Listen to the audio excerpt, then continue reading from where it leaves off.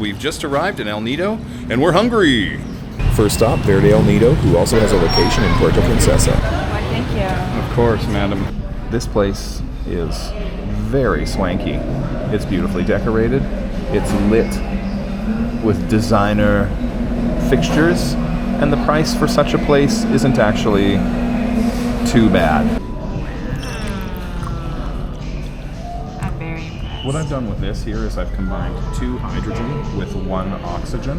Never heard that joke before from you. It's new. I just made it up a decade ago. We have ordered the buffalo chicken burger and the verde burger. The verde burger had a chipotle mayo and sort of a bean rice classic vegetarian vegan patty with an incredibly soft vegan brioche bun. Very nice overall. The patty is soft and yielding, and it is just a very nice offering. The fries are perfectly classically hand cut, twice cooked, and topped with vegan Parmesan. Very crispy, soft in the middle, very nice.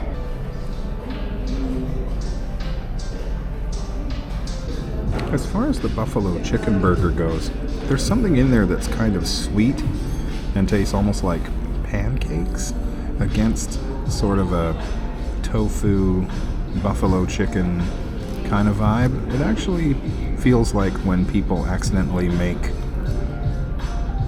vegan cheese or vegan batter with vanilla soy milk or a sweetened soy milk.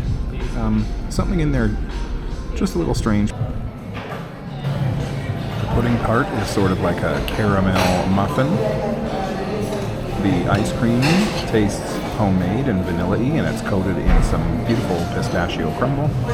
I will say I can taste some overcooked coconut oil in this, and the grilled pineapple is nice, but yeah, it's overall a beautifully presented dessert with some nice flavors. But the coconut oil. This place has great service and a beautiful atmosphere, but I thought the food was outshone by both of those factors. And we're just going to pop into the El Nido Public Market and see about finding some other grocery stuffs. It's a lot of the same stuff. We got produce on one side, a bit of a wet market, and a bit of a food providing place that, generally speaking, has nothing vegetarian or vegan really. And then some other clothing and stuff to buy from inside. But we're going to take a walk through it, and then we'll grab a few things and show you what we got. How much are the chickpeas? Garbanzo? 75. $2. Thank you so much.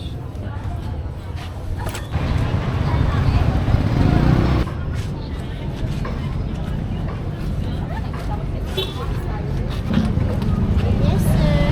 Hi. Mangoes on Palawan are $280 a kilo, which is the equivalent to like $3.50 a pound, about $4 for one, $5 for one mango.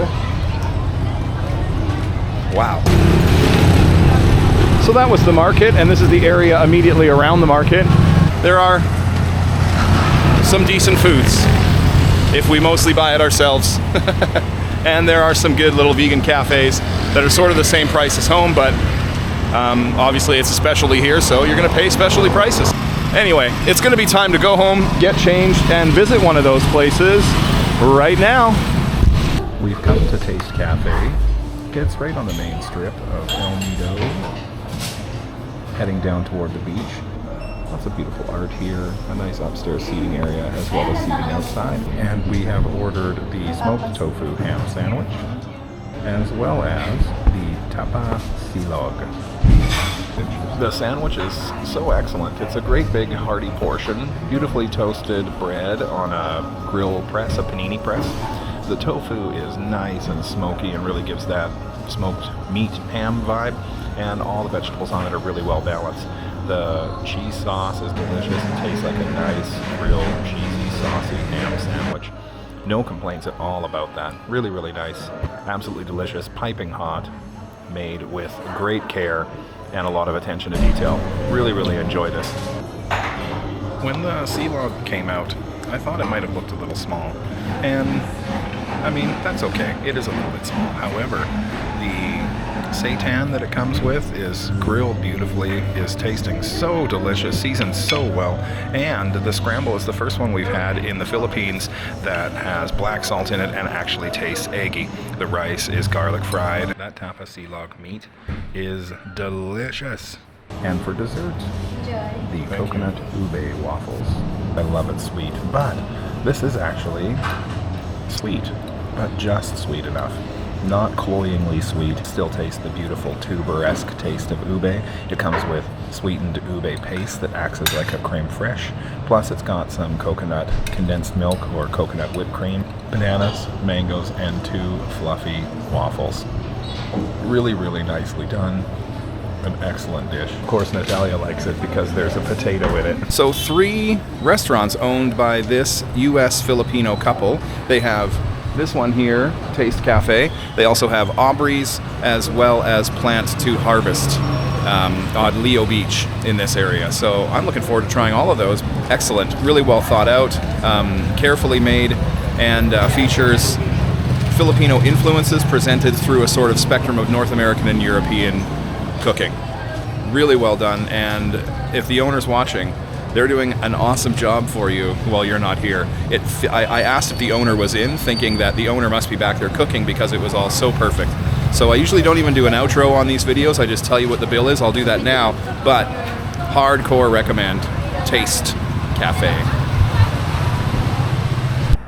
We returned with our friends Jason and Nami for another taste of Taste a couple nights later, and we tried the adobo coconut tempeh dish, the mac and cheese, the banana toffee waffles, and a couple of their delicious bowls, the yellow and the blue. Everything was great. Why wouldn't you go there? Last night we went to Taste Cafe, and tonight we're going to go to the sibling restaurant, Aubrey's. If it's anything like last night, it's going to be stupendous.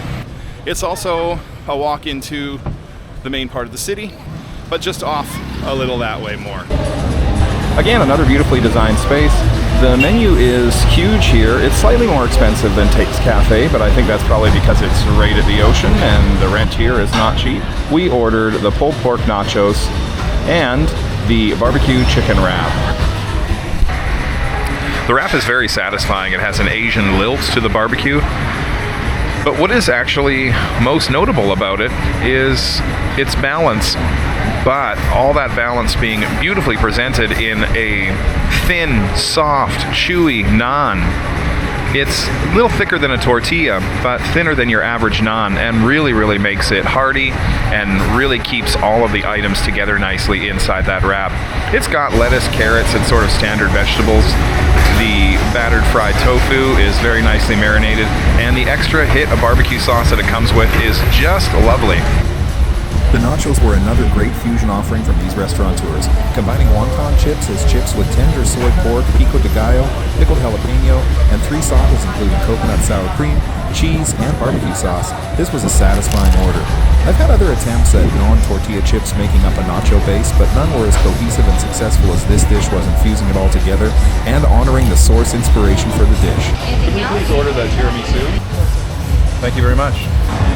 It was really more of a tiramisu-themed cake, I think. When I heard Biscoff cookie tiramisu, I imagined a layer that was made of the soaked Biscoff biscuits, similar to how the ladyfingers are done, but it was just garnished with a single Biscoff biscuits. I'm sure overall it's very good. It tastes like a cocoa-dusted cake with a little bit of cream. We also scored the odd breakfast. Our stay at Darlim Transient House has been coming with free breakfasts. Now there are lots of options, but almost none of them are vegan except for fruit and rice. And we also could get lumpia. This frustratingly busy and chaotic market also had some stuff we supplemented our food reserves with. Don't go. Tonight we're going to check out Ashoka Indian Cuisine. The words vegan friendly are right on the sign. So let's see what they got. Prices for Indian food here are not at all reminiscent of the prices of Indian food in India. We just stuck with an aloo matar, which is peas and potato, and we also ordered a vegetable jalfrezi with local rice. Overall, the food was okay. The jalfrezi had mostly raw veg in it, still very hard onions and hard green pepper, but the gravy was nice. And the aloo matar was standard. For the same price as a lot of the other all-vegan places around here, I think we'll probably stick with those places. Everything else so far has been better. There's Plant and Harvest. We're gonna go take a dip first and then pop back in. This restaurant grows all their own herbs and microgreens. The sun is beginning to set, and we have ordered a lovely meal here at Plant and Harvest. We're gonna get the apple and feta salad, the tulsi log, the fried vegetable egg rolls. The salad is just delicious. It's got this extra crispy, extra crunchy, but really thin green in it called Brazilian spinach. Candied nuts are beautiful in there. A little bit of apple, very nice. It is, however, called an apple and feta salad. And there was only 4 cubes of that delicious feta through the whole salad. Overall, the salad was just delightful. These egg rolls are something else. Nice, thick, crispy wrap, but still with that yielding chew of a proper egg roll. Stuffed with marinated mushrooms and then dipped in this spicy vinegar. They are very, very satisfying. A really good sized order. Easy for 2 to share, for each person to have 5 big pieces each. They come cut on a bias and plated so nicely. Highly recommend. The tulsi log, the meat is a very nice texture and has a garlicky taste with like a tomato, salty tomato sauce on it. I really enjoy that. Their tofu scramble is, it's fine. And the sticky rice is very crunchy and sticky on the outside. But yeah, overall it's a decent representation, I think, of Filipino cuisine. I personally thought the egg rolls and the salad were stellar. And this dish was pretty good. Banana turon a la mode. Egg roll wrapped banana, a whole banana, deep fried, cut into 4 big pieces, topped with a caramel tasting dulce de leche, and with some coconut ice cream. Really, really solid dessert. It's quite heavy. We've already had some fried stuff, so it's definitely going to be a challenge to get this all down. But quite nice. A very nice mixture of crunchy, hot, cold, and sweet.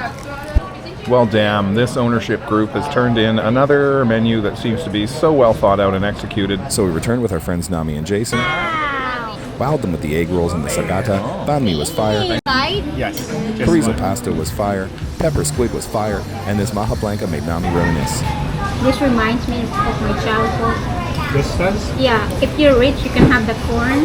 Like, you can put the corn if you're rich. But if you're not rich, no corn. Chocolate cake was fluffy and light. I'm awarding Plant and Harvest Best in El Nido, although Taste Cafe was a close second. Tell me your favorite spot in the comments or what looked the best to you. For Vegan Everywhere, I'm David.